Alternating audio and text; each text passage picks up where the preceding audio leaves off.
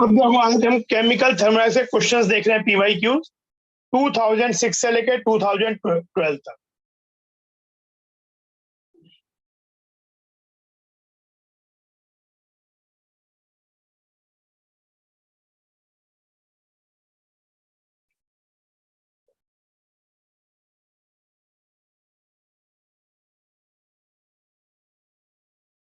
ये देखो, a monoatomic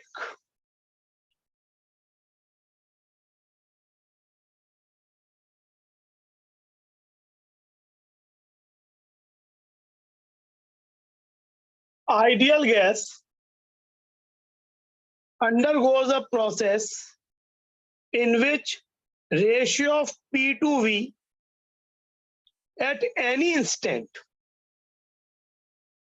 is constant and that constant is equal to 1। मतलब ये बोल रहे हैं कि भाई P by V जो है किसी आइडियल गैस के लिए जो मोनो एटॉमिक है वो ये 1 है।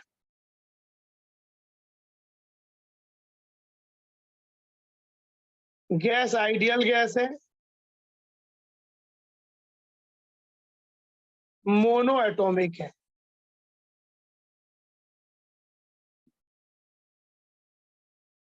तो ये पूछ रहे हैं कि इसकी मोलर हीट कैपेसिटी क्या होगी। तो अगर आप रिकॉल करो जो हमने पढ़ा था processes, this can be written as P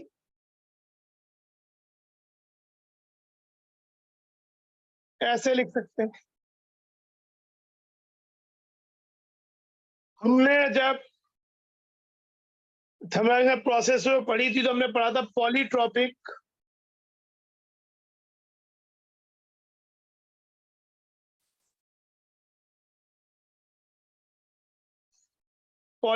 process का फॉर्मेट ऐसा होता है P V to the power A equal to K, where A is some constant known as index of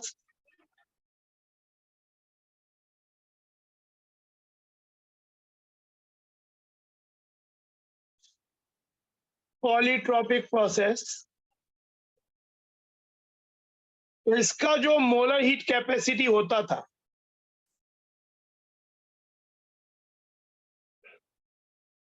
that was CV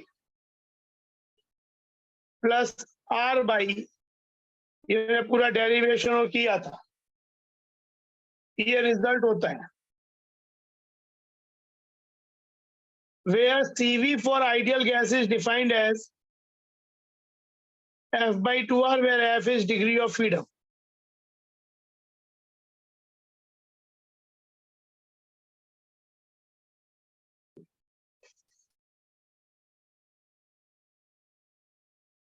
और अगर मोनोटोमिक गैस है तो F की value 3, यहाँ गैस मोनोटोमिक है तो यहाँ हो जाएगा CM प्रोसेस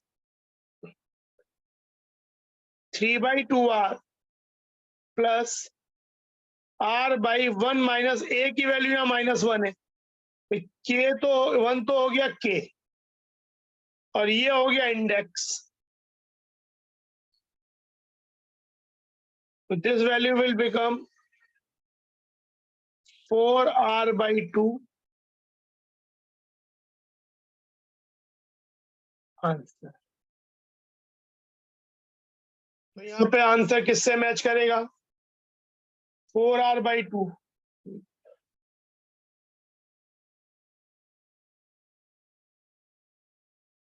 तो ये आपका आंसर है।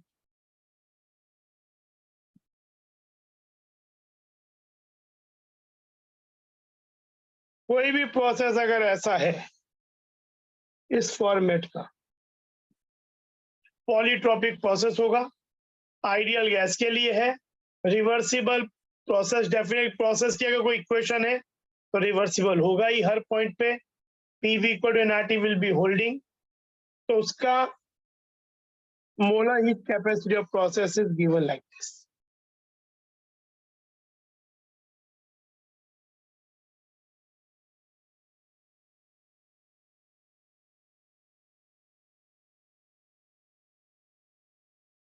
इस क्वेश्चन को देखो,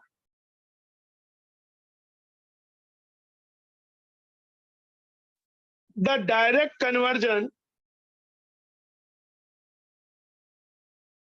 of A to B is difficult. Hence, it is carried out by the following shown path. A से C, C से D,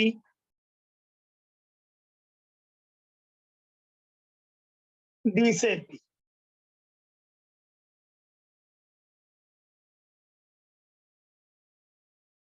Finally, we have achieved A to B. Add करने पे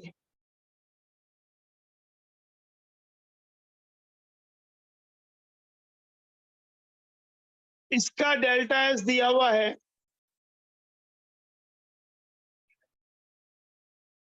50 entropy unit,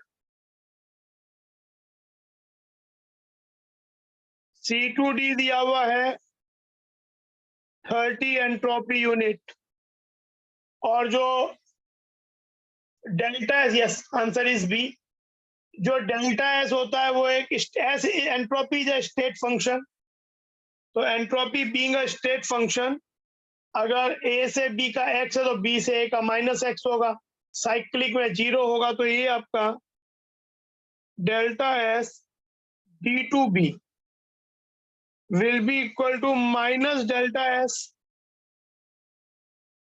B to D which is minus 20 EU entropy unit. और being a thermodynamic function, अगर दो reaction को add करते हैं तो उनकी डेल्टा एस ऐड हो जाती है, delta G, delta S, delta H, delta U पे चीज लगता है। ईएमएफ के बारे में ऐसा नहीं कह सकते, तो नेट रिएक्शन जो है उसकी डेल्टा एस हो जाएगी सबका एडिशन 50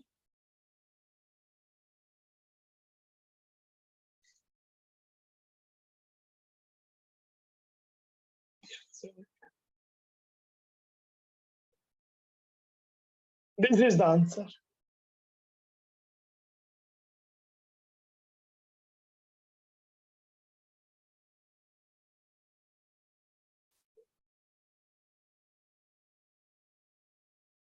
ये क्वेश्चन देखो,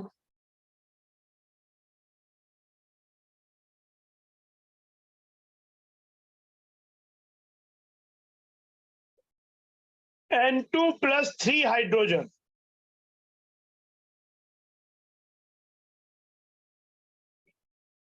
giving ammonia, Haber's process.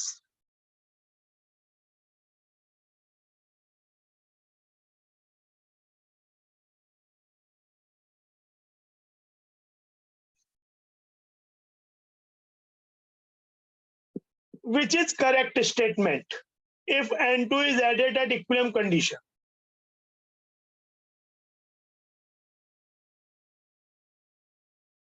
अगर नाइट्रोजन को हम इक्विलिब्रियम कंडीशन में ऐड करें तो हमने रिएक्टेंट ऐड किया,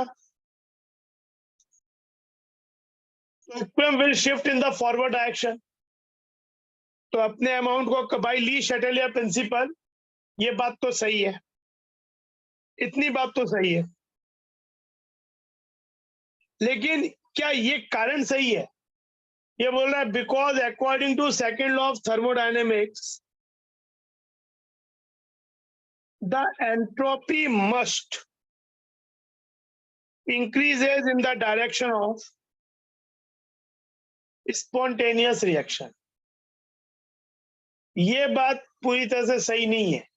सेकेंड लॉ ये नहीं कहता है कि किसी भी प्रोसेस का एंट्रोपी इंक्रीज होना चाहिए।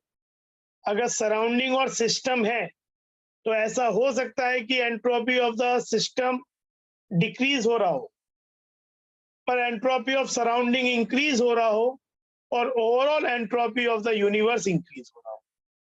ऐसा कहीं जरूरी नहीं है कि एंट्रोपी ऑफ द सिस्टम को डिक्रीज ही होना पड़ेगा या इंक्रीज ही होना पड़ेगा, हो सकता है इंक्रीज डिक्रीज दोनों हो सकता है, लेकिन total entropy change universe plus surrounding plus system का, दैट शुड बी पॉजिटिव वो बढ़ना चाहिए अगर इरिवर्सिबल या स्पॉन्टेनियस चेंज है। तो ये वाली बात ठीक थी, लेकिन ये वाली बात सही नहीं है, तो इसलिए ये आंसर नहीं है। फिर ये बोल रहा है the condition of equilibrium, equilibrium पे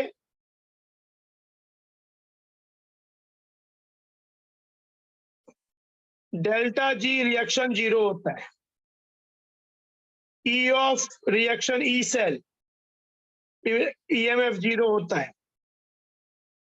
तो डेल्टा जी रिएक्शन का 0 है, delta G not non zero हो सकता है, होता भी है यूजुअली, पर डेल्टा जी 0 होता है equilibrium.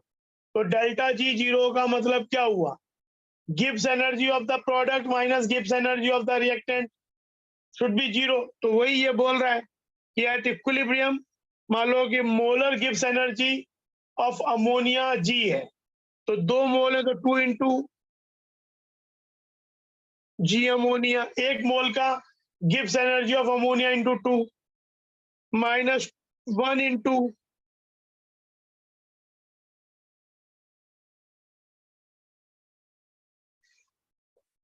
This value should be 0। तो delta G reaction should be 0। ये बोल रहे हैं जी इज द गिब्स एनर्जी पर मोल of the gaseous species measured at that partial pressure.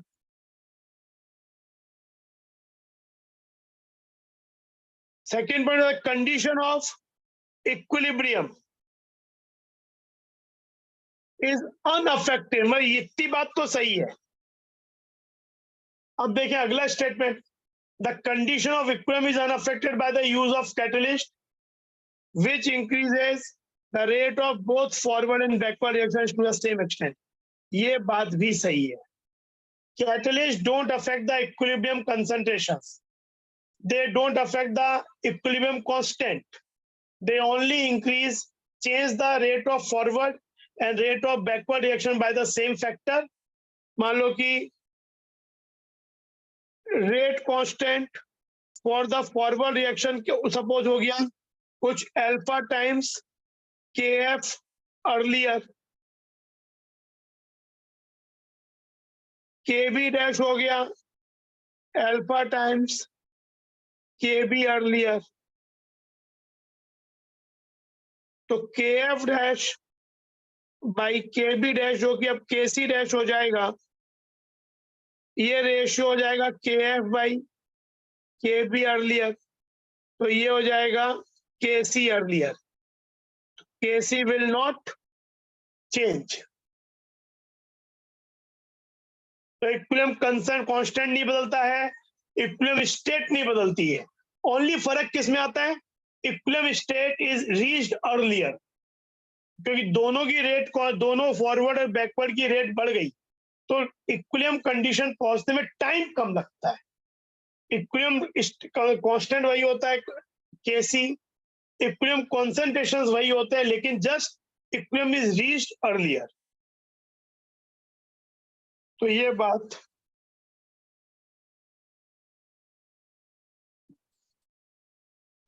the catalyst will increase the rate of forward reaction by alpha and rate of backward reaction by beta। ये बात सही नहीं है। No, they increase the rate by the same factor। catalyst will not alter the rate of either of the reaction। ये वाली बात भी सही नहीं है। वो रेट कांस्टेंट फॉर फॉरवर्ड बढ़ाते हैं, उसी फैक्टर से बैकवर्ड भी बढ़ाते हैं, या अगर वो नेगेटिव कैटलिस्ट है तो दोनों को सेम फैक्टर से डिक्रीज करेगा, पर आपका सेम फैक्टर से चेंज होने के कारण केसी विल रिमेन सेम। तो ये भी बात सही नहीं है।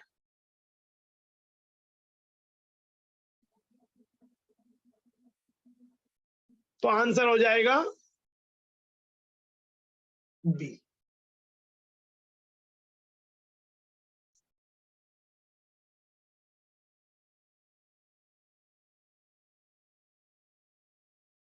अगला क्वेश्चन देखो, ये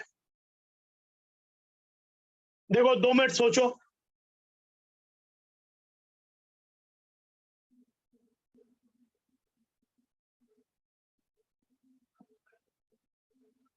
2 मिनट सोचो इसे।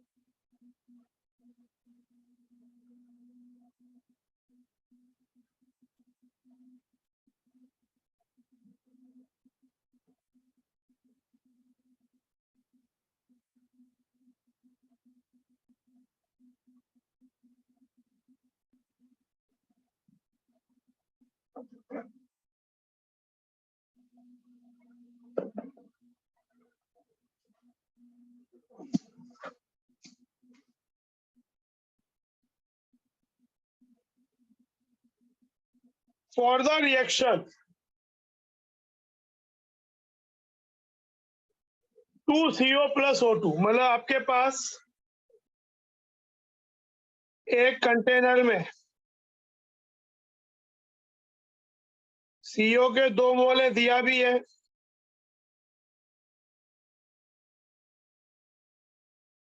O2 का 1 मोल है।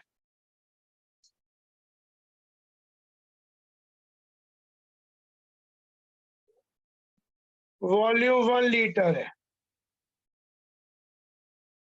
क्लोज्ड कंटेनर है।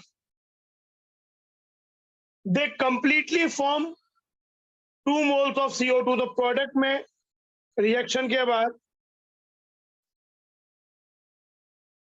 CO2 के 2 मोल हो गए। यानी अब ये पूरा पूरा खत्म हो गया, 2 मोल से 1 मोल रिएक्ट करता है, 2 मोल बन गए, जो रिएक्शन कह भी रही है। They completely form 2 moles of CO2. The gases deviate appreciably from ideal behavior. PV equal to RT is not applicable. If the pressure in the vessel changes from 70 to 40 atmosphere, initially pressure था 70 atmosphere, बाद में pressure हो गया 40 atmosphere, volume अभी भी लेकिन 1 litre ही रहा, container का वॉल्यूम। हमें निकालना है,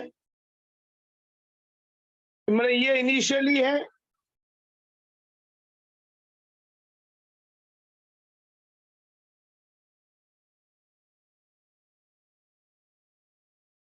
ये फाइनली है। तो अब हम यहाँ पे क्या लगाए, हमें निकालना है डेल्टा यू इस टेम्परेचर पे, डेल्टा एच इस रिएक्शन का दिया हुआ है कि अगर 2 मोल CO 1 मोल O2 रिएक्ट करते हैं तो 2 मोल CO2 बनते हैं, तो डेल्टा एच इतना होगा। तो अब देखो, use enthalpy function.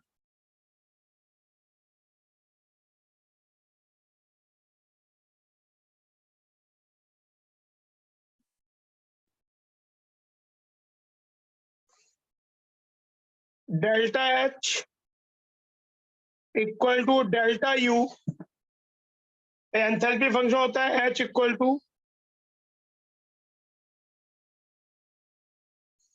U plus PV। तो HF माइनस HI हो जाएगा डेल्टा H, वो हो जाएगा डेल्टा यू, और ये हो जाएगा TF-VF या P2-V2 minus P1-V1।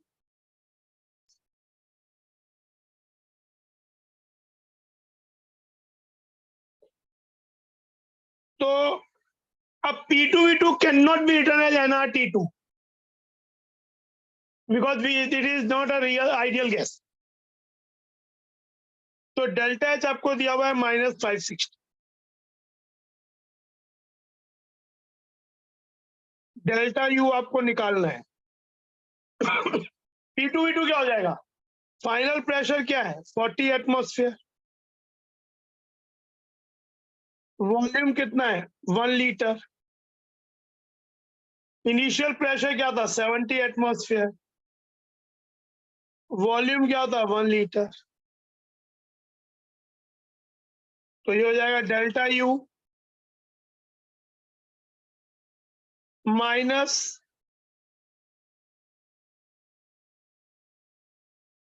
30 atmosphere litre. हमें ये दिया हुआ है कि 1 litre atmosphere equal to 0.1 kilo joule, ये गिवन डेटा है। तो 30 लीटर एटमॉस्फेयर क्या हो जाएगा -30 इंटू 0.1 किलो जूल।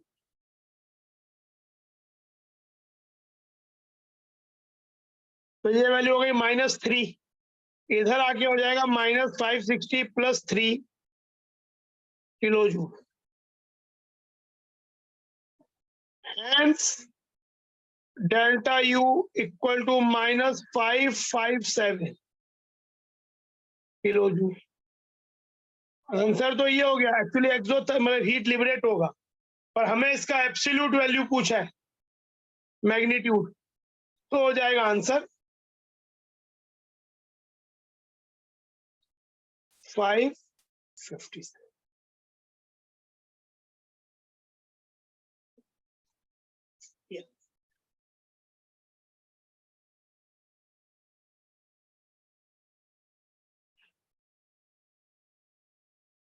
ये समझ में आया? इसमें ये गलती नहीं करनी है कि P2V2 को NrT2 लिख दिया और N को 2 लिख दिया। एक ये गलती हो सकती है, मिस्टेक क्या हो सकती है,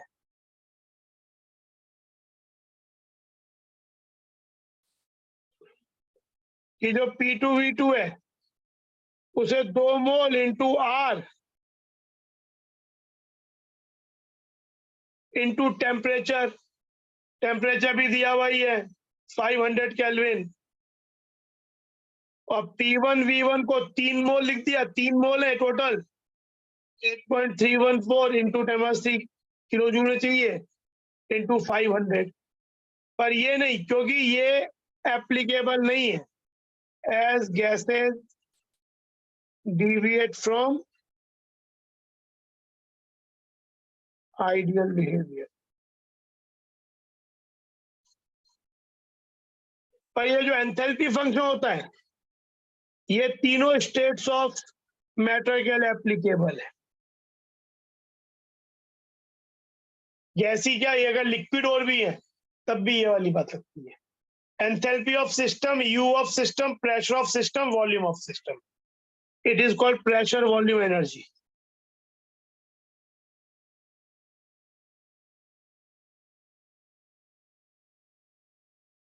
ये हमने पढ़ा है सब।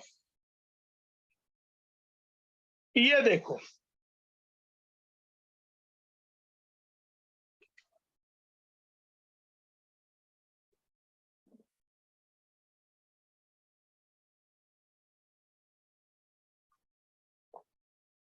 The value of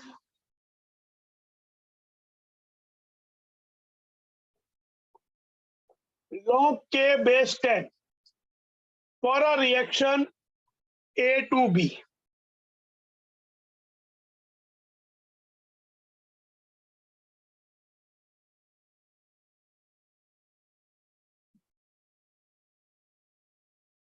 the value of log K base 10 for a reaction A to B is,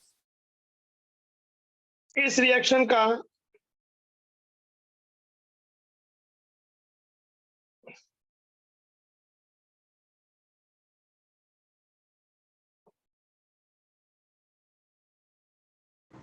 given है कि रिएक्शन का जो डेल्टा H0 है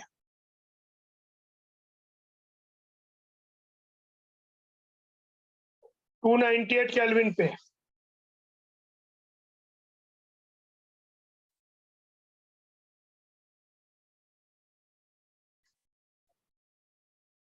डेल्टा S0 रिएक्शन है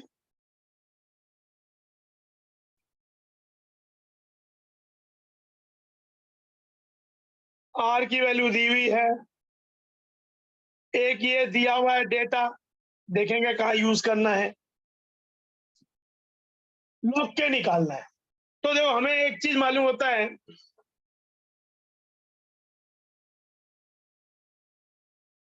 delta G not reaction standard gives energy change of the reaction is minus 2.303 RT log K। एक ये relation होता है एट इक्विलिब्रियम। एक्चुअली एक्सप्रेशन होता है ये,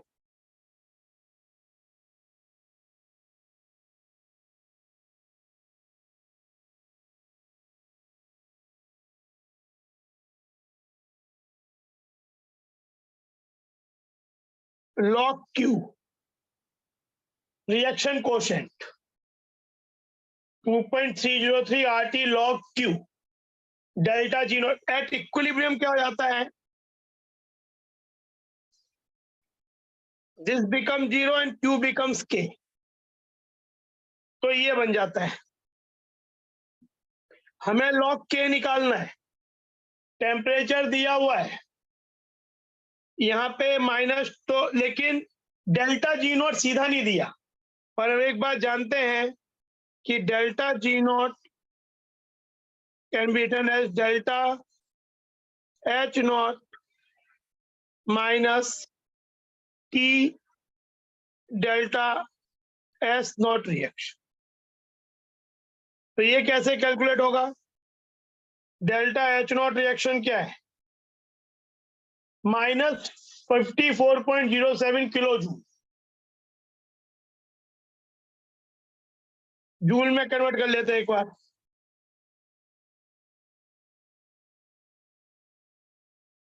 टेम्परेचर 298 है और डेल्टा एस नॉट रिएक्शन है 10 जूल पर केल्विन, तो ये 10 हो जाएगा। ये केल्विन है, ये जूल पर केल्विन पर मोल है, केल्विन केल्विन कट जाएगा, ये भी जूल पर मोल, वैल्यू हो जाएगी -54070 -2980। तो इसको सॉल्व करोगे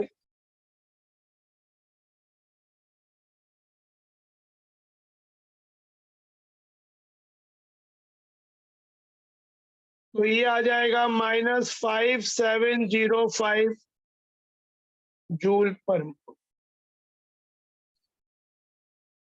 ठीक है, उठाई देते हैं।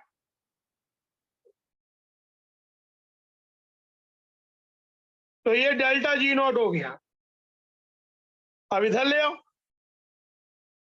तो -5705 -2.303 8.314 टेम्परेचर 298 लॉग के। अगर आप क्वेश्चन को अच्छी तरह से देखो तो इसकी वैल्यू ये दी हुई है, इस प्रोडक्ट की 5705, तो ये हो जाएगा -5705 -5705 लॉग के बेस 10 है, ठीक है, माइनस माइनस प्लस हो गया और लॉग के की वैल्यू हो गई 10। और कोई के पूछे तो 10 टू द पावर 10, पूछा हमसे लॉग के गया है तो लॉग के की वैल्यू 10, तो आंसर इज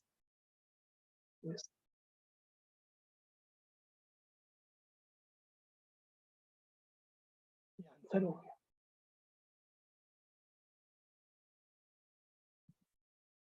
इस क्वेश्चन को देखो,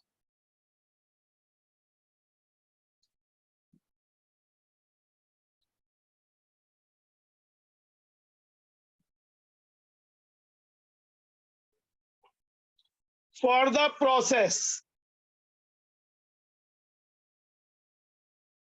water liquid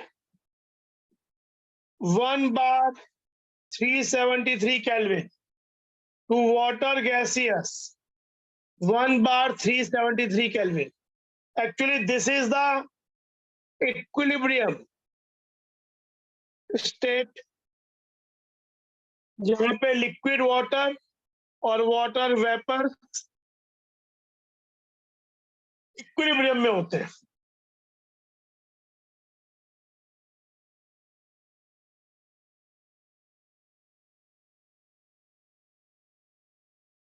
These are at equilibrium. You can call it vaporization at boiling point, but this is the boiling point of the water. तो इस समय क्या क्या होगा, क्योंकि ये इक्विलिब्रियम स्टेट पे है, as this is an equilibrium state,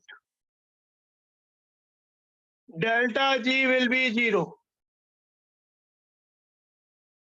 और डेल्टा एस सिस्टम, क्योंकि लिक्विड से वेपर बन रहा है, रैंडमनेस बढ़ रही है, डिसऑर्डर बढ़ रहा है, तो delta S reaction greater than positive और डेल्टा जी 0. ये वाला चीज आईआईटी में 2-4 बार पूछा गया कि ऐसा एक इक्विलिब्रियम है, मतलब ये इन्होंने इक्विलिब्रियम नहीं दिया, पर हमें ये मालूम होना चाहिए कि वाटर लिक्विड और वाटर गैस 1 एटमॉस्फेयर या 1 बार और 373 केल्विन पे इक्विलिब्रियम में होते हैं. Water liquid and water solid at 1 bar and 273 kelvin पे इक्विलिब्रियम में होते हैं. तो ये चीज, तो आंसर ए हो गया. ये देखो, पढ़ो एक बार, बताओ क्या चीज सही गलत होगा.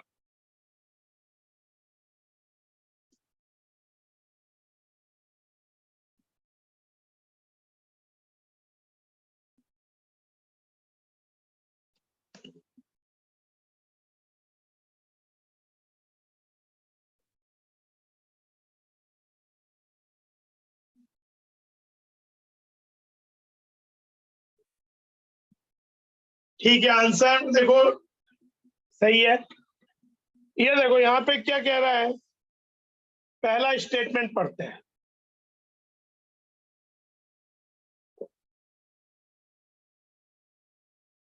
For every chemical reaction at equilibrium standard gives energy of reaction is 0.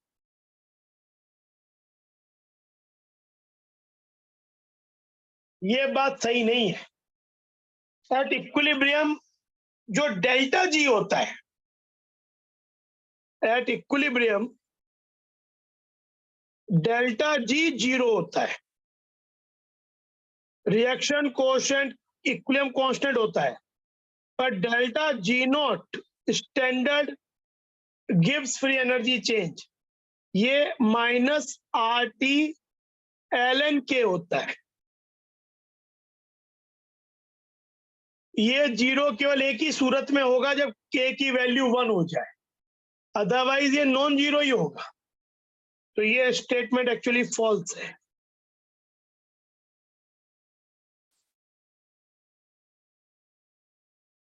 और at constant temperature and pressure chemical reactions are spontaneous in the direction of decreasing this energy. ये बात तो सही है कि for spontaneity delta G reaction should be less than 0, मतलब products की Gibbs energy जो है वो कम है, रिएक्टेंट्स की ज्यादा है. तो reaction is spontaneous in direction of decreasing Gibbs energy, G product less than G reactants.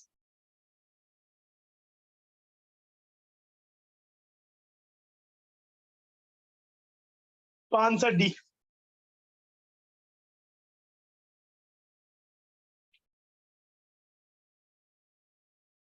इसको देखो,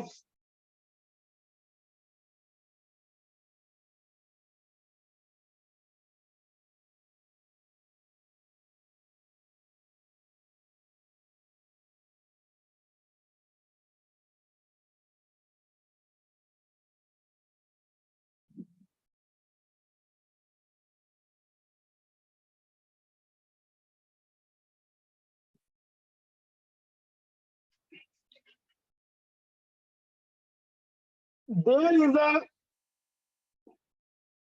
एक्चुअली ये जो स्टेटमेंट है, देखो, there is a natural asymmetry between converting work to heat and converting heat to work. Basically जो second law of thermodynamics है,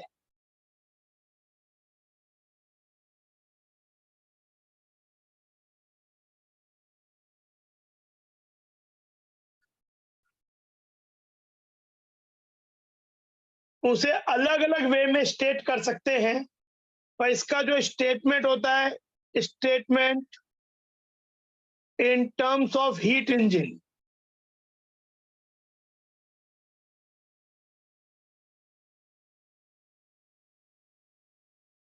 वो ये होता है कि ये संभव नहीं है कि एक सिस्टम को हीट दिया जाए और वो बिना कोई भी हीट को लॉस किए सबका सब वर्क में कन्वर्ट कर दे. It is impossible. There can not exist any heat engine which converts all the heat given to it to work. There has to be some loss of heat. लेकिन ये हो सकता है कि जो वर्क है वो पूरा का पूरा हीट में कन्वर्ट हो जाए. तो in this way there is a natural asymmetry. Work can be completely converted to heat, पूरा का पूरा वर्क हीट में कन्वर्ट हो जाए, बट पूरी की पूरी heat can't be converted into work.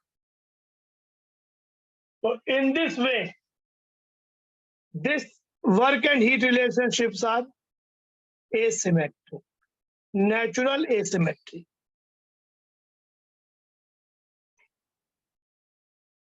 तो ये वाली बात तो करेक्ट है.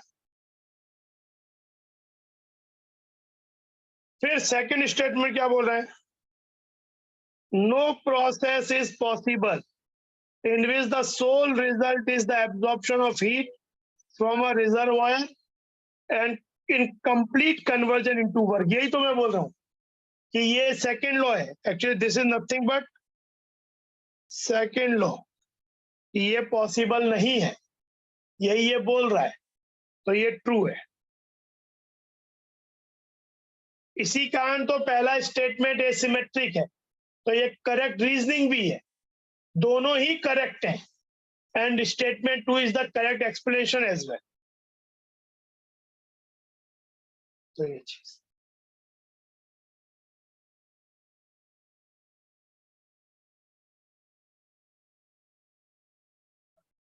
ये देखो, among the following the state functions जिनकी वैल्यूज इनिशियल और फाइनल स्टेट पे डिपेंड करती है, इस पे डिपेंड नहीं करती कि वो स्टेट अचीव कैसे की गई. तो वर्क एक पाथ फंक्शन होता है, चाहे वो रिवर्सिबल हो, चाहे वो इरिवर्सिबल हो, चाहे वो एक्सपांशन वर्क हो, चाहे वो नॉन एक्सपांशन वर्क हो, तो ये पाथ फंक्शन है, तो ये स्टेट फंक्शन नहीं है. Internal energy is an state function. Pressure, volume, temperature state function है. Enthalpy, molar enthalpy state function है. Entropy state function. State functions कौन कौन से होते हैं? The important ones are pressure, volume, temperature, enthalpy, entropy, internal energy, Gibbs energy. और path functions, जो main important path functions होते हैं, वर्क एंड क्यू हीट. अब वर्क चाहे रिवर्सिबल हो, चाहे इरिवर्सिबल हो, एक्सपांशन हो, नॉन एक्सपांशन हो, work is always path function. Inter energy जो कि यू होता है, स्टेट फंक्शन है. मोलर एंथैल्पी स्टेट फंक्शन है.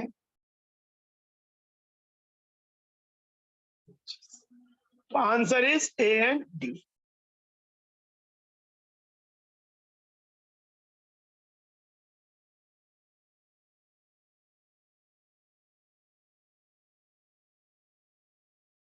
ये देखो,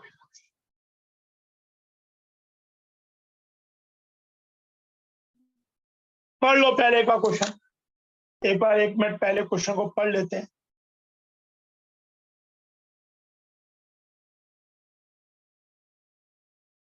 एक मिनट पढ़ो, मैं 1 मिनट आ रहा हूँ।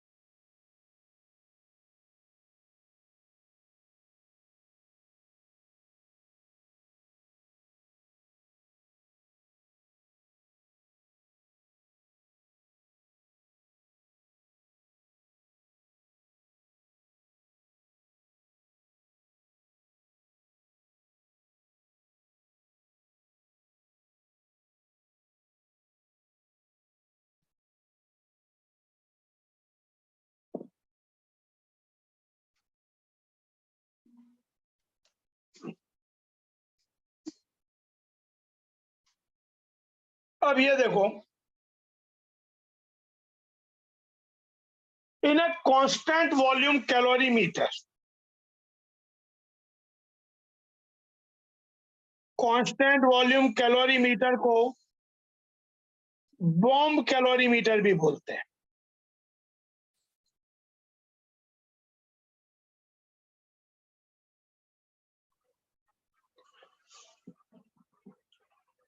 .5 gram of a gas with molecular weight 28 was burnt in excess of oxygen at 298 Kelvin. यानी एक्चुअली कांस्टेंट वॉल्यूम कैलोरीमीटर मतलब क्लोज्ड कैलोरीमीटर है।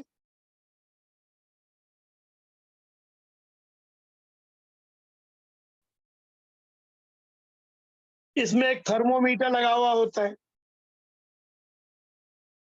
यहाँ पे आपका रिएक्शन हो रहा है, कंटेनर है जिसके अंदर आपने सब्सटेंस डाल दिया, ऑक्सीजन डाला, बर्न किया, तो जो हीट लिबरेट होती है, अगर एक्सोथर्मिक रिएक्शन तो हीट लिबरेट होगी, थर्मोमीटर का जो पारा है वो बढ़ेगा, टेम्परेचर बढ़ेगा, मरकरी ऊपर जाएगा।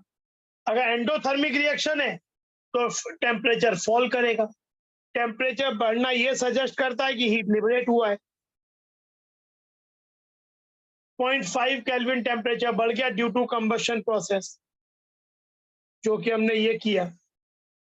Given that the heat capacity of the calorimeter, heat capacity of the calorimeter मतलब mass of calorimeter into specific heat of calorimeter, ये product is 2.5 kilojule per Kelvin. The numerical value for enthalpy of the combustion for the gas in kilojoule per mole is. अब एक और question फिर से पढ़ते हैं। Actually इस question में थोड़ा सा एरर भी है, मतलब इसका एक बेहतर वर्जन लास्ट ईयर आया था। दैट वाज मतलब रियल क्वेश्चन जिसमें कुछ गलती नहीं थी, जो इस बात को और ज्यादा क्लियर कर, मतलब यहाँ पे तो क्वेश्चन में हल्का सा एरर है। वो अलग बात है कि हम उसको दरकिनार करके आंसर निकाल देंगे क्योंकि उतना डेटा ही नहीं दिया है, पर मैं यहाँ जैसा बात समझाऊंगा कि बात क्या है। पहले बात तो हमारे पास जो गैस है कौन सी है पता नहीं, पर गैस के मोल्स कितने 3.5 ग्राम मास है, मोलर मास 28 है, तो मोल्स हो जाएंगे 1/8। 1/8 मोल्स हो गए। यानी ये जो अच्छा टेम्परेचर डेल्टा टी कितना हो गया, राइज हुआ 0.45 केल्विन। हीट कैपेसिटी क्या दी हुई है, 2.5 किलो जूल पर केल्विन। तो जो हीट लिबरेट होगी, पर हीट ये लिबरेट किस पे हो रही है, कांस्टेंट वॉल्यूम पे, क्योंकि हमने बॉम्ब कांस्टेंट वॉल्यूम कैलोरीमीटर लिया है। तो ये जो Q है वो QV है, heat exchange at constant volume, जो कि डेफिनेटली नेगेटिव है, लिबरेट हो रही है। हम इसका अमाउंट लिख रहे हैं लेकिन वो नेगेटिव, ये बता नेगेटिव इसलिए क्योंकि यहाँ पे टेम्परेचर राइज हो रहा है। तो ये वैल्यू कितनी हो जाएगी, 2.5 किलो जूल पर केल्विन इंटू 0.45। तो दिस विल बी 2.5 इंटू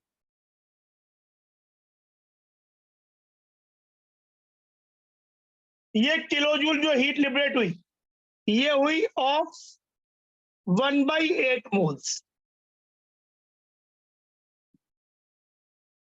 जब आपने इतने को बर्न किया था,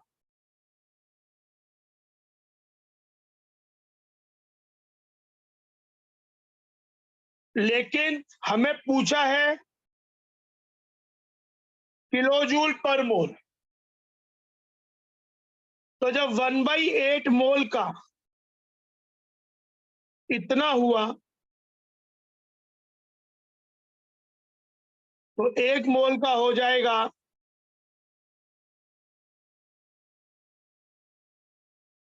इंटू 8।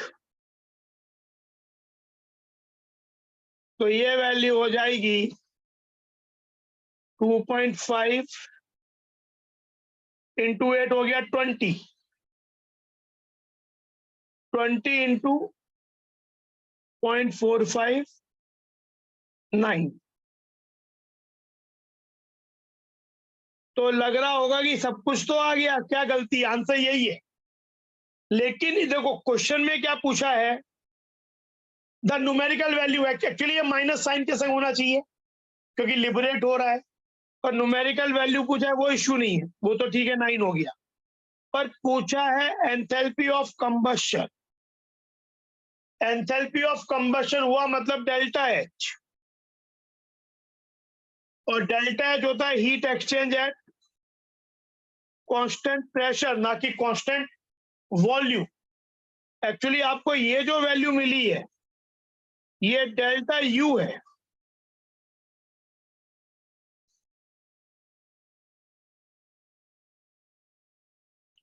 अब हमारे पास इतना सफिशिएंट डेटा ही नहीं है कि हम डेल्टा यू से डेल्टा एस निकाल सकें। अदरवाइज क्या होता है, अगर हमको इस गैस की आइडेंटिटी मालूम होती तो एक रिलेशन होता है एक रिएक्शन के लिए कि delta H equal to delta U plus delta n gaseous RT,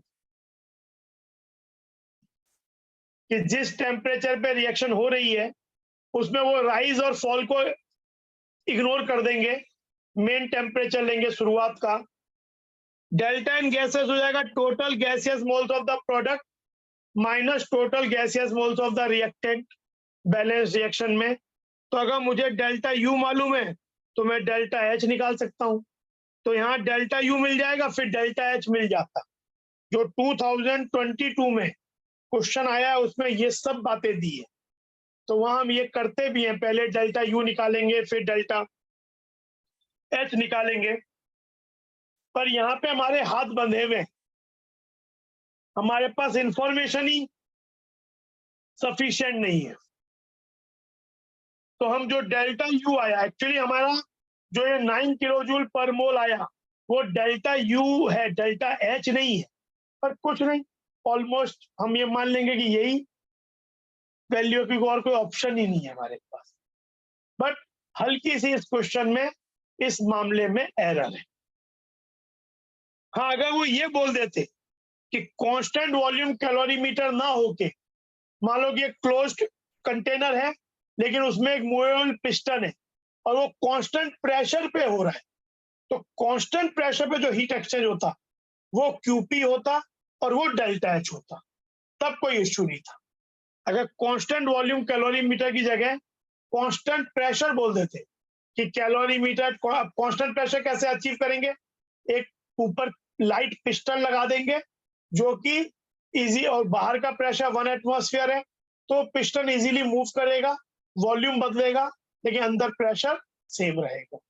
पर ऐसा तो बोल नहीं रहे, इसलिए ये डेल्टा यू निकल रहा है, not delta H. I think ये बात क्लियर है।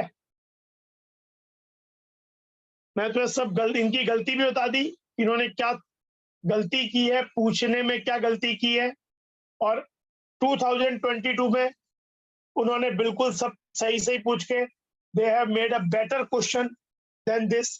वो हम करेंगे आगे।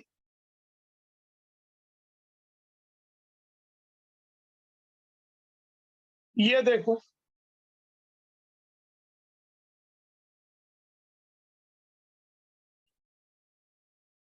The species which by definition has zero standard molar enthalpy of the formation at 290 delta H naught formation, मतलब किसी एलिमेंट का स्टैंडर्ड स्टेट में डेल्टा एच नॉट फॉर्मेशन 0 होता है। जैसे हाइड्रोजन गैसियस या O2 गैसियस या N2 गैसियस, क्लोरीन भी गैसियस स्टेट में मिलता है नॉर्मल कंडीशंस में, फ्लोरीन का गैसियस, कार्बन का स्टैंडर्ड स्टेट होता है कार्बन ग्रेफाइट, सल्फर का स्टैंडर्ड होता है रोम्बिक सल्फर।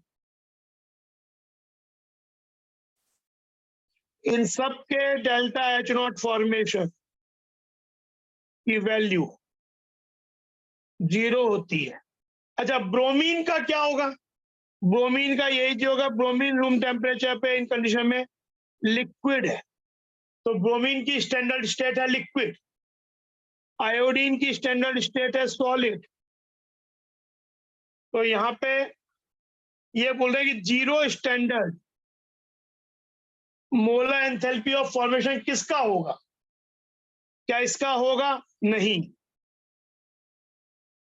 क्योंकि ये ब्रोमीन की स्टैंडर्ड स्टेट नहीं है। इसका होगा, हाँ, ये तो एलिमेंटल फॉर्म ही नहीं है, ये तो एलिमेंटल फॉर्म ही नहीं। तो आंसर इज बी।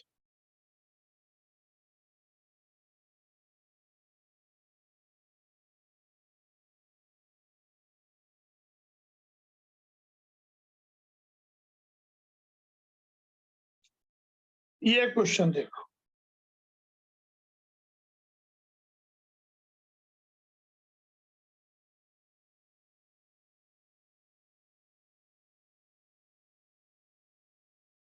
पहले पढ़ लो एक बार, अच्छा क्वेश्चन है।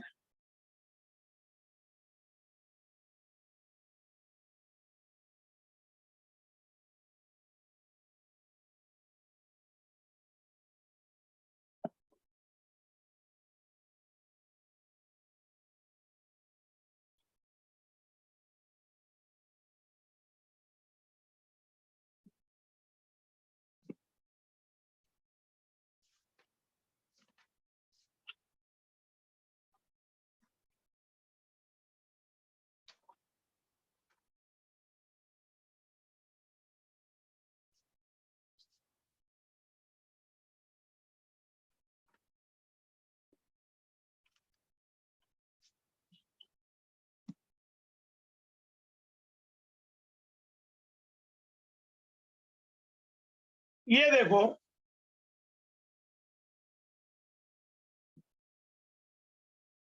1 मोल of an ideal gas मतलब n की वैल्यू 1 है, is taken from A to B along two paths denoted by solid and dashed line as shown in the graph. If the work done along the solid line path is WS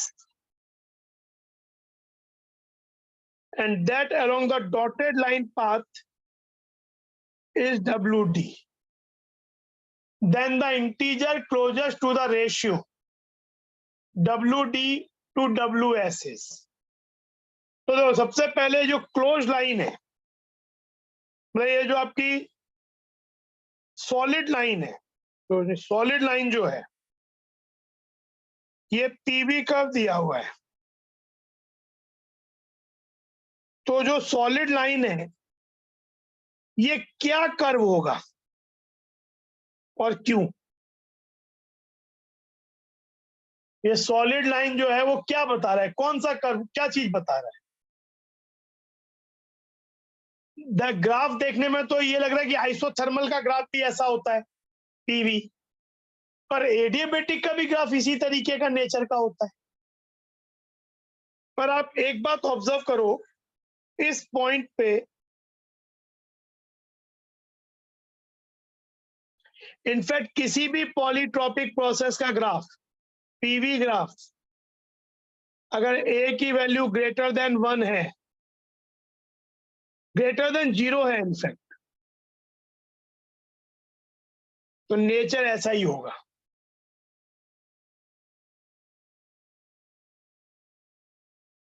तो अब ये क्या है, तो यहाँ पे P into we सोचो, pressure into volume 4 into 0.5 है, दैट इज 2। फिर एक डेटा देखो,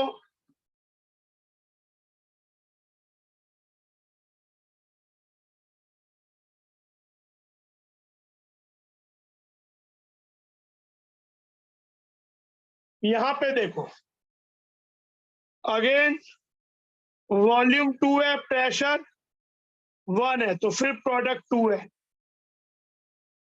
यानी ये कहीं ना कहीं क्या बता रहा है कि इस पूरे कर्व पे P into V is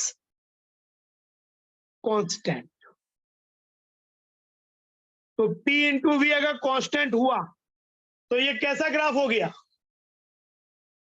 PV equal to के, मतलब क्या curve? implies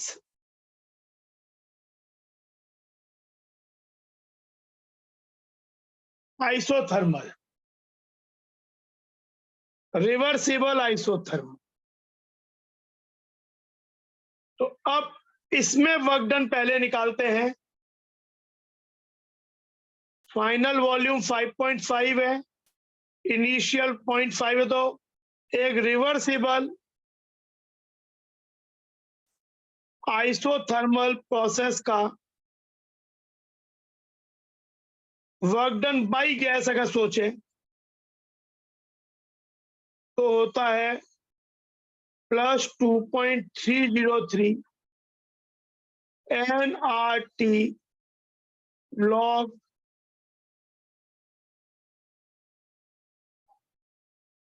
VF by VI।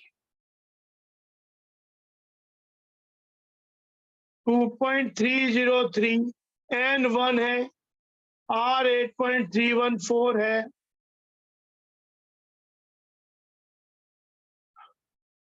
Temperature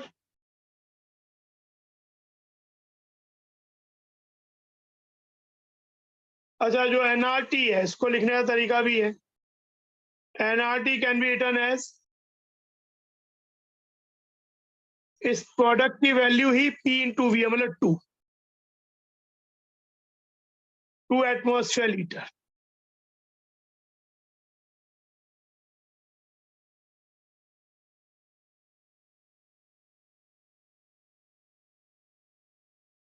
log 5.5 से 0.5,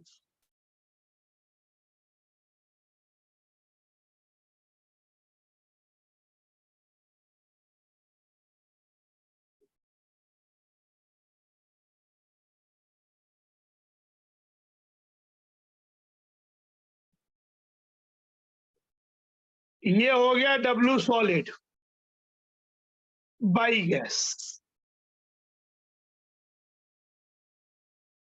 अब W डॉटेड लाइन की, तो देखिए देखो यहां से यहां है तो ये आइसोबारिक प्रोसेस है। Work will be this area under the curve, and अगर बाय द गैस कर रहे हैं तो लिखेंगे P डेल्टा भी, एक्सपांशन वर्क पॉजिटिव हो जाएगा इतना। फिर यहां से यहां ये, और इधर से इधर ये, तो पहला इसको सपोज W1 बोल दें, इसको W2 बोल दें, इसको W3। तो W1 हो जाएगा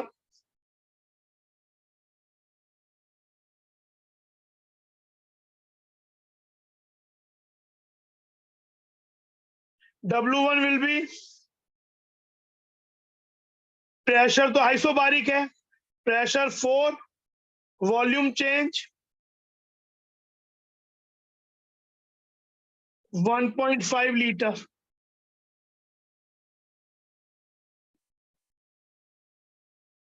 तो ये हो जाएगा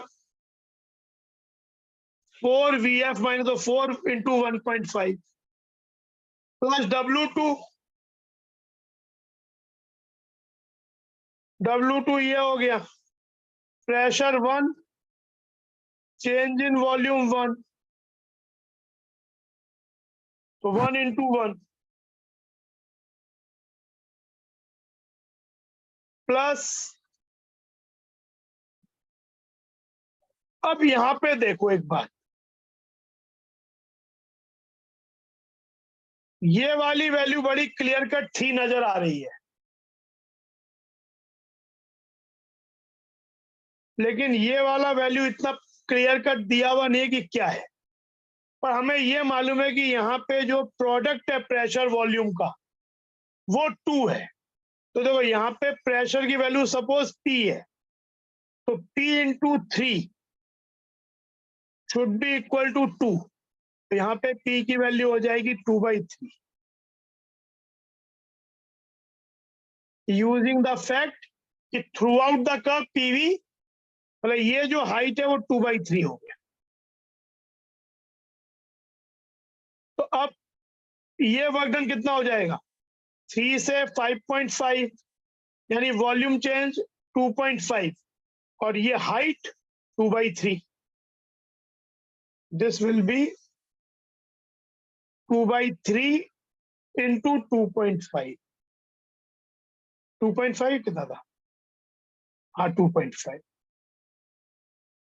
तो this will be 6 plus 1 plus 5/3, 26/3 atmosphere litre. ये हो गया WD, और ये हो गया 4.606 log 11 atmosphere litre. log 11 almost 1 point something होगा। ये वैल्यू आपकी 8 पॉइंट समथिंग। हमें पूछा क्या है ratio, we have been asked WD/WS।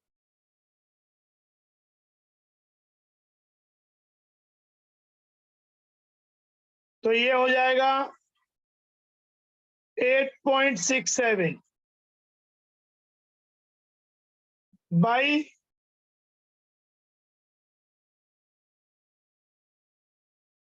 4.606 log 11। तो ये वाली value will be slightly less than 2 होगी, पर नियरेस्ट इंटीजर मतलब this value will come near about, आपका 2 से थोड़ा सा कम होगा।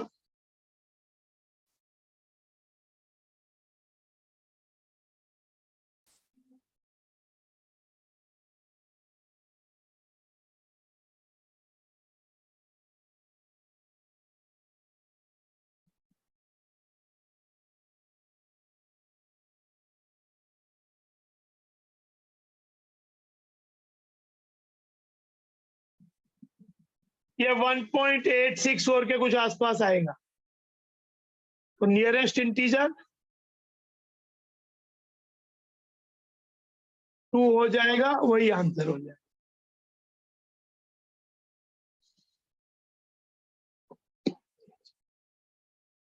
इन दिस वे ये क्वेश्चन सॉल्व।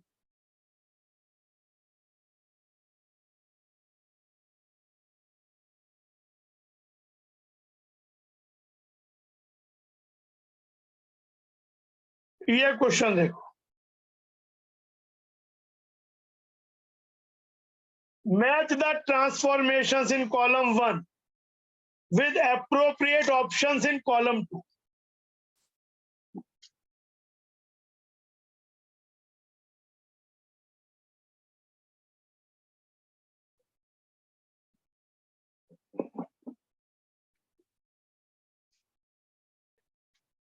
तो यहां पे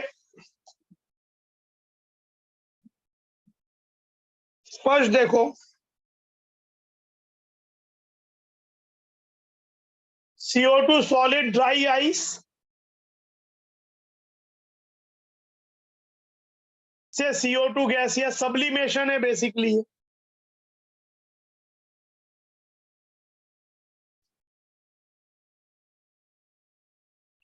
सॉलिड से गैस हो रहा है तो डेफिनेटली फेज ट्रांजिशन है।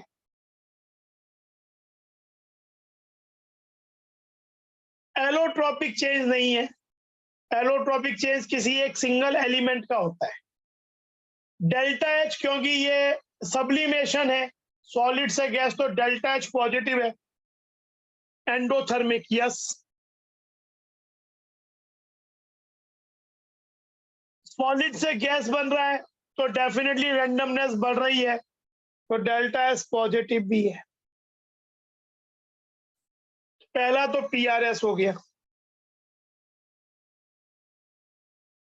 देन कैल्शियम कार्बोनेट डिकम्पोज हो रहा है, calcium oxide and CO2। Definitely ये फेज ट्रांजिशन नहीं है,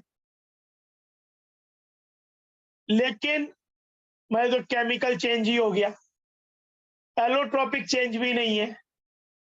पर क्योंकि ये डिकम्पोजिशन रिएक्शन है,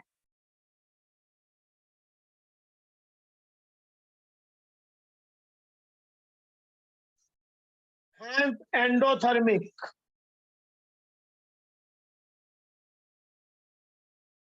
तो delta H greater than 0, heat absorb हो रहा है, तो इसमें एक तो R होगा, और यहाँ पे एक सॉलिड पार्टिकल है और यहाँ एक सॉलिड प्लस एक गैस पार्टिकल है, तो रैंडमनेस क्या हो रही है, प्रोडक्ट साइड में बढ़ रही है। तो रैंडमनेस बढ़ रही है तो इसकी एंट्रोपी भी बढ़ रही है, ये भी सही है। देन ये भी नेसेंट हाइड्रोजन गैस, तो ये दो गैस पार्टिकल से एक गैस पार्टिकल बन रहा है। ये एलोट्रोपिक चेंज नहीं है, फेज ट्रांजिशन नहीं है। इवन यहाँ पे दो H नेसेंट हाइड्रोजन मिलके जब H2 बनाएंगे तो they will liberate heat, bond बनेगा, तो इसका डेल्टा H नेगेटिव होगा, ये भी सही नहीं है। और इसमें इसकी एंट्रोपी भी, दो गैस पार्टिकल एक गैस पार्टिकल में चेंज हो रहा है, तो इसका रैंडमनेस कम हो रहा है। अभी दो फ्री गैस पार्टिकल थे HH, पर अब एक ही बन गया H2, number of gas molecule कम हो रहे हैं, तो इसका डेल्टा एस नेगेटिव हो जाएगा। तो आंसर इसमें केवल मैच करेगा T।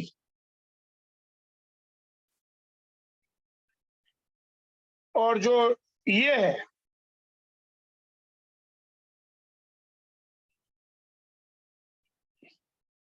D, white solid yellow phosphorus जो P4 फॉर्म का होता है, ये आपका P4 आपका कुछ ऐसा होता है ये, और इसमें इस तरीके के यूनिट्स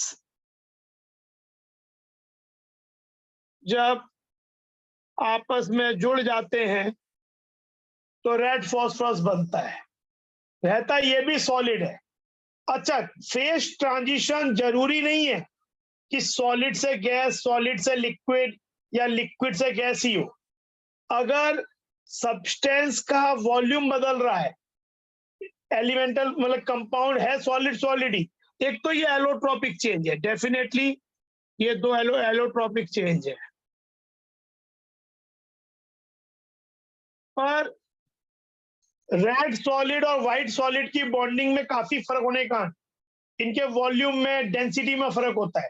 ऑल्दो है दोनों सॉलिड ही, पर एक सॉफ्ट सॉलिड होता है, एक हार्ड सॉलिड होता है ज्यादा। तो ये एक, तो ऐसे चेंजेस को फेज ट्रांजिशन भी कह सकते हैं। फेज ट्रांजिशन ऑलवेज वही नहीं होते जिसमें लिक्विड से गैस या गैस से सॉलिड या सॉलिड से लिक्विड यही हो रहा हो, ऐसे भी चीज को फेज ट्रांजिशन कह सकते हैं। तो ये फेज ट्रांजिशन है, एलोट्रोपिक चेंज है। व्हाइट सॉलिड से red solid, red solid is more stable, तो इसकी एंथैल्पी कम होती है, तो ये डेल्टा एच लेस देन 0 होगा, ये एक्सोथर्मिक होगा। This change will be exothermic.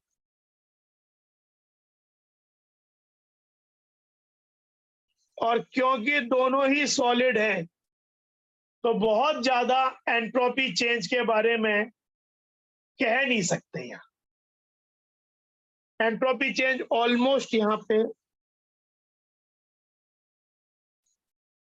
Almost 0, तो इसमें आंसर हो जाएगा पी एंड क्यू। ये it will be P and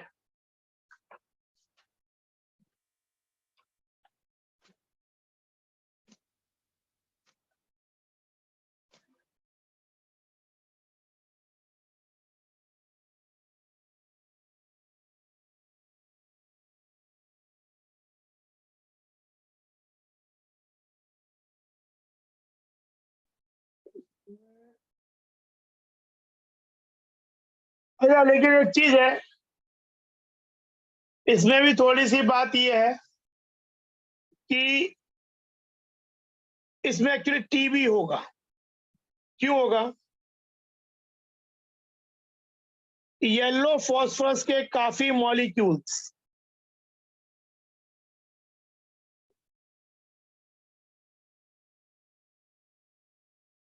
मिलके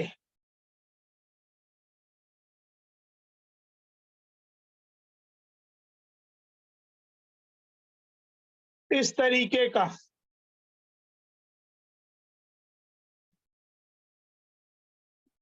ये बॉन्ड टूट के आपस में जुड़ जाएंगे। ये एक तरीके से क्या हो रहा है, मान लो कि ये एन मॉलिक्यूल, ये टोटल एन मॉलिक्यूल्स है,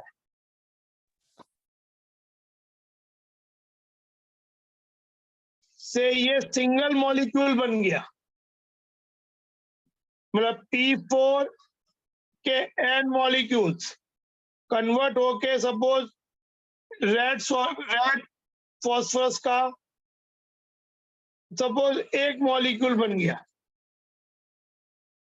तो नंबर ऑफ मॉलिक्यूल सॉलिड कम हो रहे हैं ना, तो इसका डेल्टा एस नेगेटिव है। तो इसमें पी क्यू भी है और टी भी है।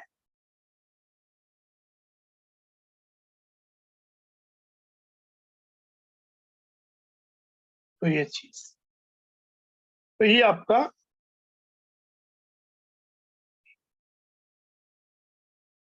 ये देखो 14,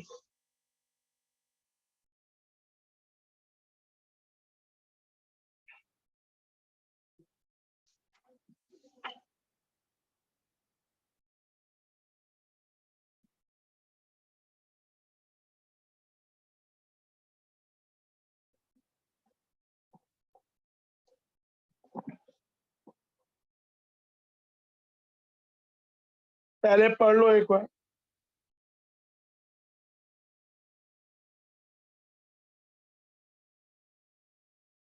for an ideal gas,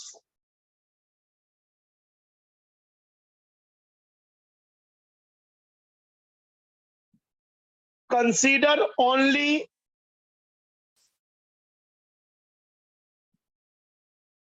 PV work in going from an initial state X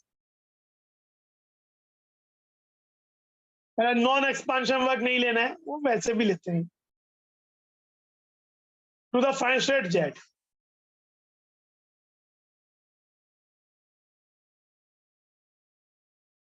The final state jet can be reached by either of the two paths shown in figure. Which of the following choices are correct? Take delta S as change in entropy and W as work done. So the delta S, पहला choice, more than one choice may be correct. So S being a state function, अगर initial और final state same है तो वो change same रहता है. जैसे पहला क्या दिया हुआ है, delta X X to Z, सीधा जाए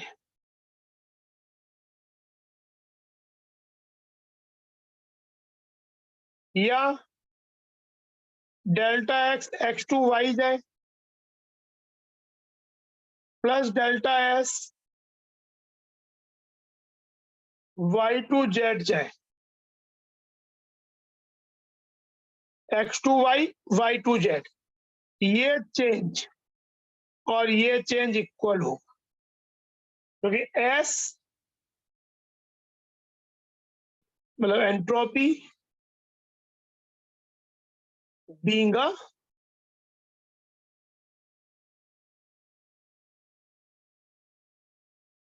स्टेट फंक्शन.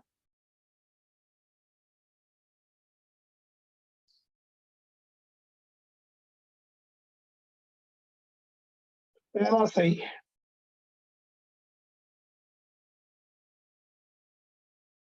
अच्छा, ये जो एक्स टू वाई प्रोसेस है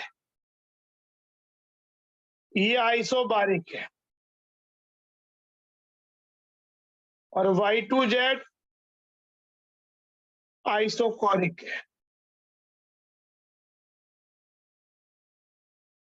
अब नेक्स्ट देखो, डब्ल्यू एक्स टू जेड मतलब ये वाला इधर से इधर, तो डब्ल्यू एक्स टू जेड तो पीवी कर्व है, ये एरिया होगा,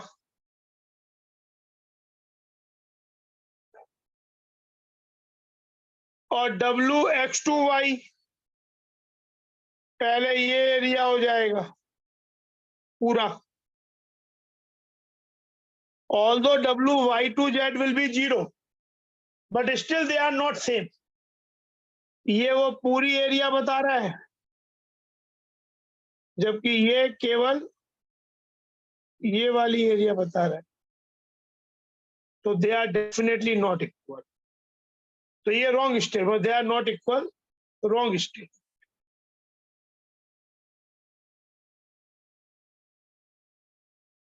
अब ये क्या बोल रहे हैं, डब्ल्यू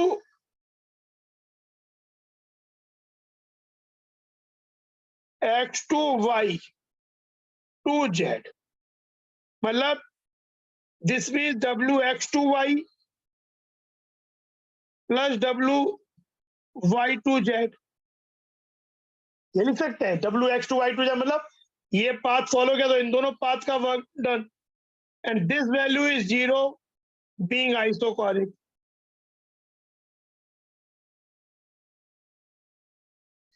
अल्टीमेटली क्या हो गया, हेंस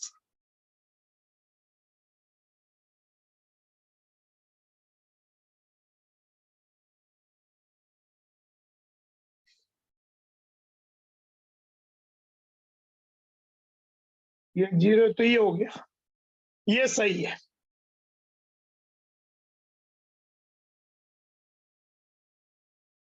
और delta x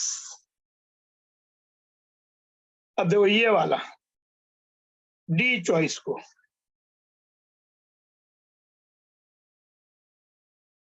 delta X X to Y to Z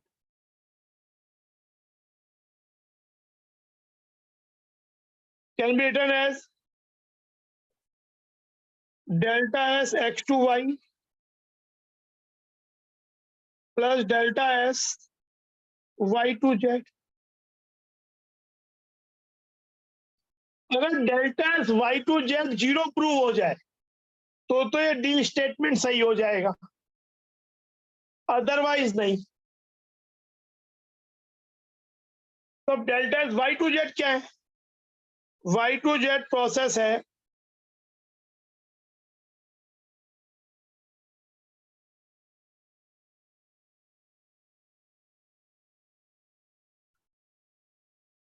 isochoric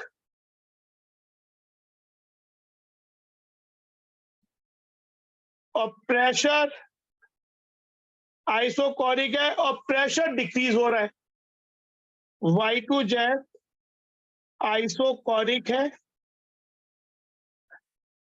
and pressure decrease हो रहा है, तो टेम्परेचर भी डिक्रीज हो रहा होगा।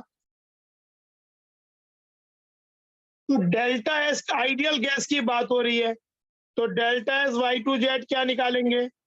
ये हमने एक फॉर्मूला पढ़ा है एंट्रोपी चेंज का आइडियल गैस के लिए दो स्टेट के बीच में, N C V L N T F by T I मतलब T Z by T Y हो जाएगा, प्लस एन आर ये सब formula V Z by V Y हो जाएगा। क्योंकि आइसोकोरिक है तो ये टर्म तो जीरो हो गई, as V Z equal to V Y. लेकिन टेम्परेचर हमारा फॉल कर रहा है, T Z less than T Y है, तो ये वैल्यू लेस देन जीरो हो जाएगी। ये जीरो नहीं होगी, लेस देन जीरो हो जाएगी, तो डेफिनेटली ये एक नेगेटिव वैल्यू है।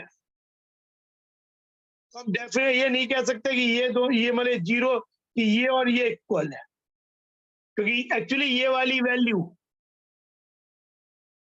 इस वाली वैल्यू से थोड़ी सी कम ही है, ज्यादा नहीं है। In fact delta S X to Y to Z is less then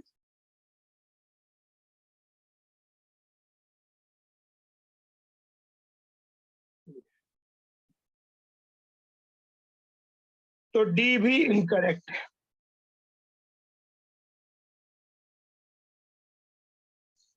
answer is A and C. Answer ये incorrect, answer is A and C.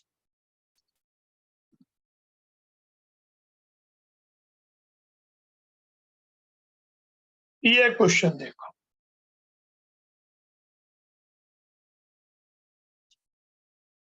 Using the data provided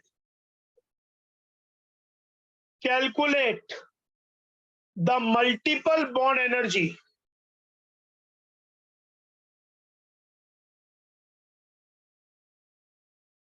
kilojoule per mole of a C triple bond C bond in C2H2. C2H2 is acetylene.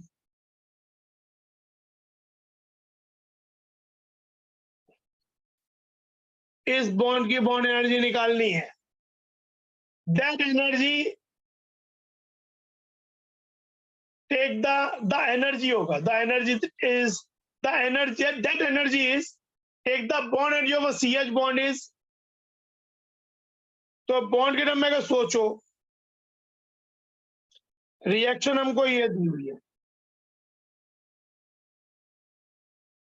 इस reaction को लिखे हम carbon salt मतलब carbon graphite,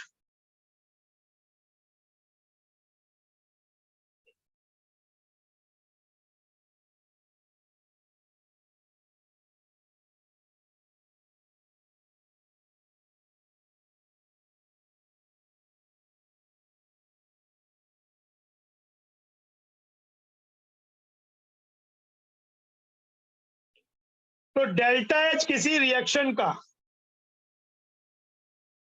bond energy इसके term में होता है total bond energy of reactants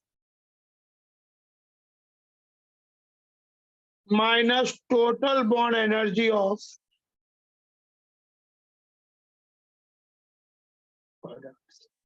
total bond energy का मतलब होता है कि जितनी भी चीजें उनको गैसियस एटम्स में ले आए।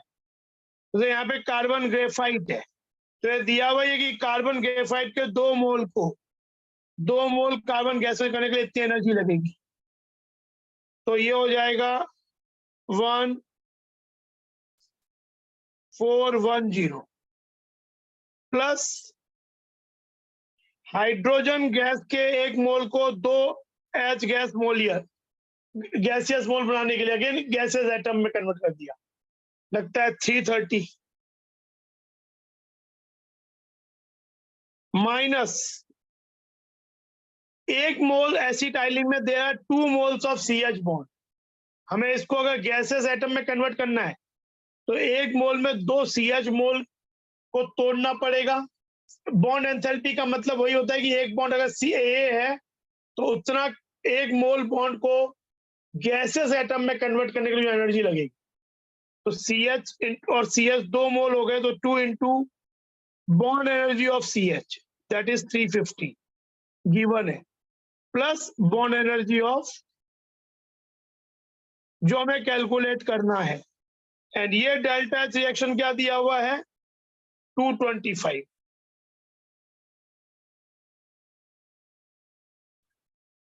To 1410 plus 330 minus 700 minus bond energy of जो हमें कैलकुलेट करना है। तो इसको जब आप पूरा सॉल्व करोगे 1410 तो ये आपका हो गया 04 माइनस 700 माइनस 225, तो ये हो गया 1040 minus 225।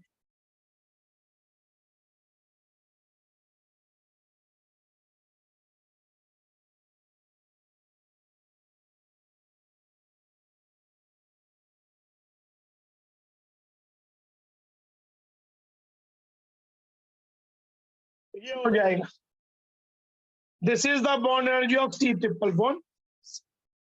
Answer is this.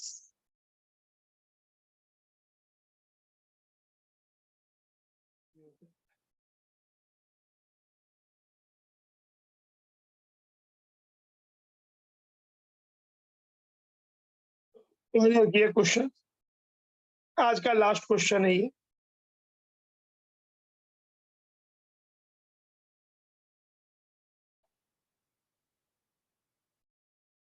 The reversible expansion of an ideal gas under adiabatic reversible expansion है।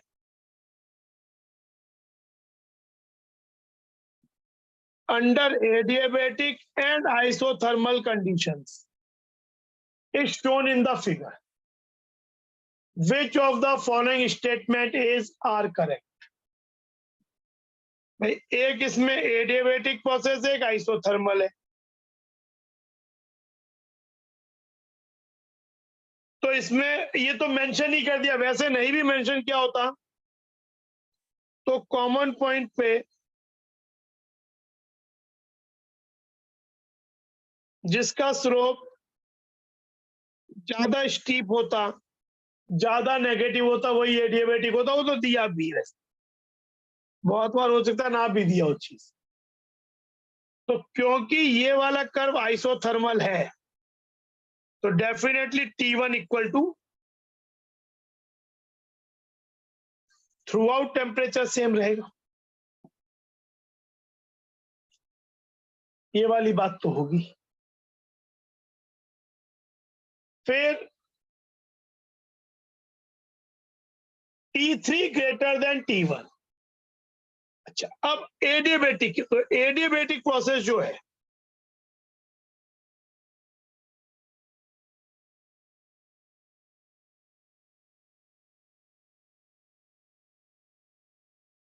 इसका Q 0 होता है, तो डेल्टा यू हो जाएगा equal to W on gas. On gas में एक्सपांशन वर्क नेगेटिव होता है, कंप्रेशन पॉजिटिव होता है। तो यहां पे जब हम इधर से इधर आएंगे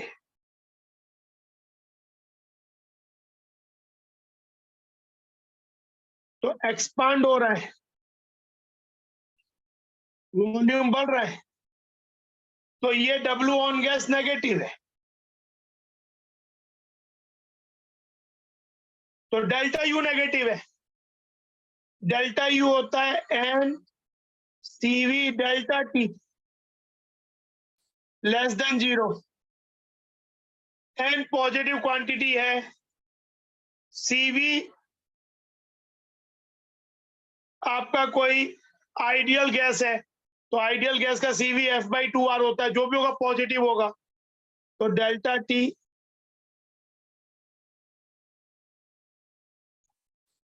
लेस देन जो डेल्टा T मतलब T3 minus T1, hence T3 less than T1। क्या ये बात सही है? नहीं है। On the other hand it should be T3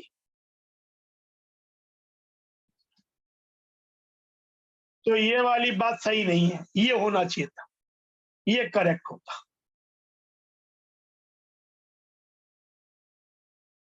in fact T3 less than T। अच्छा, डेल्टा यू आइसोथर्मल, पहले डी चॉइस को देखो। Delta U isothermal ideal gas के लिए 0 होगा, क्योंकि NCV डेल्टा T होता है, डेल्टा T 0 होता है, तो 0 होगा। जबकि डेल्टा यू एडियाबेटिक जो यहाँ पे है, ये अभी हमने निकाला कि ये लेस देन 0 है, hence delta U isothermal is greater than delta U adiabatic, क्योंकि ये 0 है और ये नेगेटिव है, तो ये वाली बात भी सही है, क्योंकि ये 0 है और ये वैल्यू नेगेटिव है। 0 इज ग्रेटर देन नेगेटिव। अब बात है W isothermal, W adiabatic. Actually अब यहां ये मेंशन नहीं किया कि ऑन द गैस पूछ रहे हैं या बाय द गैस पूछ रहे हैं, क्योंकि यहां देखो अगर W बाई गैस पूछ रहे हैं तो एरिया ज्यादा आइसोथर्मल कर्व के अंदर है, तब दोनों ही पॉजिटिव होंगे क्योंकि एक्सपांड हो रहा है।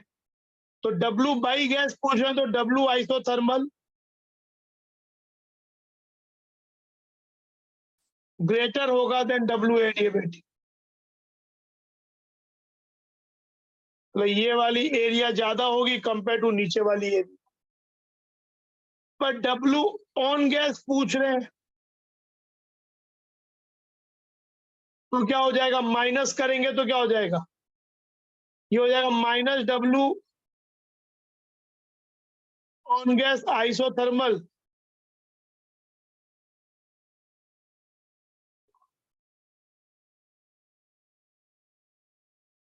तब आपका रिवर्स हो जाएगा, W on gas adiabatic greater than W on gas isothermal. या चॉइस सी का डिस्कशन कर रहे हैं। तो अब ये दोनों ही हो सकते हैं, क्योंकि मेंशन तो कुछ किया नहीं है। अमाउंट बोला होता तो डेफिनेटली आइसोथर्मल का अमाउंट ज्यादा है देन एडियाबेटिक। अमाउंट तो बोला नहीं है, तो एक्चुअली आईआईटी ने भी इसमें उन्होंने बाई गैस लेके एक आंसर ये ले लिया, तो पर उन्होंने दोनों आंसर एक्सेप्ट किए। अगर आपका आंसर ए और डी केवल है तो भी चलेगा, ऑब्लिक ए सी डी दिया है तो भी चलेगा। Both answer they have accepted. तो ये चीज, तो ये आपका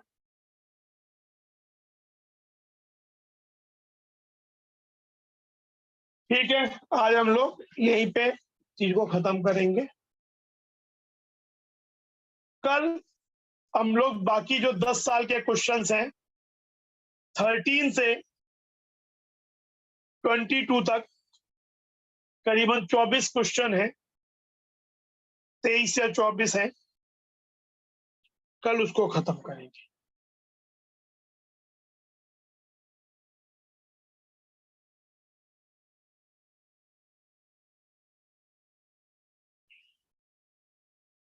ठीक है।